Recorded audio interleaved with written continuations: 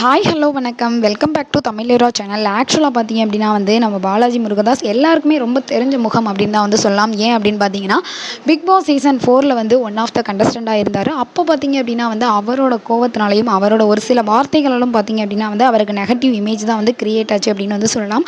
அதுக்கப்புறம் பார்த்தீங்க அப்படின்னா பிக் பாஸ் அல்டிமேட்டில் ஒன் ஆஃப் த கண்டஸ்டண்ட்டாக ரீஎன்ட்ரி கொடுத்தப்ப அவரோட நெகட்டிவ் இமேஜ் அப்படியே பாசிட்டிவ் இமேஜ் ஆகி அவர் டைட்டில் வின்னராகவும் ஆனார் அப்படின்னு தான் சொல்லலாம். அதுக்கப்புறம் பார்த்தீங்க அப்படின்னா அவருக்கு நிறைய பட வாய்ப்புகள் வந்துச்சு. அதில் பார்த்தீங்க அப்படின்னா அவர் ஒரு படத்தில், அதாவது ஃபயர் அப்படின்ற ஒரு ஃபிலிமில் பார்த்தீங்க அப்படின்னா ஹீரோவாக பண்ணியிருக்காரு.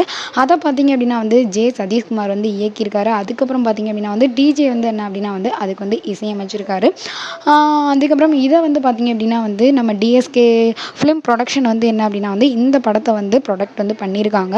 ஸோ இந்த படத்தில் இந்த படம் பார்த்தீங்க அப்படின்னா ஒரு 4 பெண்களை பற்றின ஒரு கதையாக தான் இருந்திருக்கு. ஸோ இந்த காலத்தில் நம்ம பெண் பிள்ளைங்களை ரொம்ப ஆசைப்பட்டு வளர்க்குறோம். ஆனால் என்ன அப்படின்னா பாதுகாப்பாக வளர்க்குமா அப்படின்றது கொஷின் மார்க் தான். ஸோ தமிழ்நாட்டில் நடந்த ஒரு சம்பவத்தை வச்சு தான் என்ன அப்படின்னா இந்த படத்தை உருவாக்கியிருக்காங்க. இந்த படத்தில் ரக்ஷிதா மகாலட்சுமி, காயத்ரி ஷா, சுரேஷ் சக்கரவர்த்தி, அதுக்கப்புறம் பார்த்தீங்க அப்படின்னா சிங்கம் புலி அப்படின்னு பல முன்னணி நட்சத்திரங்கள் நடிச்சிருக்காங்க. ஸோ இந்த படத்தோட ஃபஸ்ட்டு டீசர் பார்த்தீங்க அப்படின்னா ரிலீஸ் ஆயிருச்சு. ஸோ இன்னும் பார்த்தீங்க அப்படின்னா இந்த படம் ரிலீஸ் ஆகக்கூடிய நிலமையில தான் இருக்குது. அதுக்கான ஒர்க்ஸ் தான் போய்கிட்டு இருக்கு அப்படின்னு சொல்லலாம். ஸோ இந்த நிலமையில நம்ம பாலாஜி முருகதாஸ் ஒரு ட்விட்டை போட்டு ரொம்பவே ஒரு சர்ச்சையை கிளப்புற மாதிரி சொல்லியிருக்காரு அப்படின்னு தான் சொல்லலாம். ஏன் அப்படின்னு பார்த்தீங்கன்னா இந்த டிஎஸ்கே ஃபிலிம் ப்ரொடக்ஷன் பார்த்தீங்க அப்படின்னா ₹1 கூட அவருக்கு இது வரைக்கும் பேமெண்ட் பண்ணலையாம். ஸோ அதனால நான் சினிமாவை விட்டு விலக போகிறேன் அப்படின்ற மாதிரி அவர் ஒரு அதிர்ச்சி தகவலை வெளிவிட்டிருக்காரு.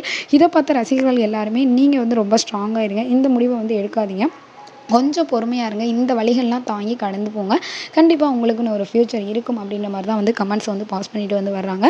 பட் இதுவுமே பார்த்தீங்க அப்படின்னா இவரோட ஒரு கோவத்தினாலையும் இவரோட ஒரு அவசரத்தினாலையும் எடுக்கக்கூடிய ஒரு முடிவோ அப்படின்ற மாதிரி எனக்கு தோணுது. இதை பற்றி உங்களுக்கு என்ன தோணுது அப்படின்னு மறக்காமல் நம்ம சேனலுக்கு கீழே உள்ள பாக்ஸில் கமெண்ட் பண்ணுங்கள். இந்த வீடியோ உங்களுக்கு பிடிச்சிருந்தா லைக் பண்ணுங்கள், ஷேர் பண்ணுங்கள், கமெண்ட் பண்ணுங்கள், அப்படியே நம்ம சேனலை சப்ஸ்கிரைப் பண்ணிடுங்க. Okay, bye bye. உங்களிடமிருந்து விடைபெறுவது உங்கள் கனகராஜ்.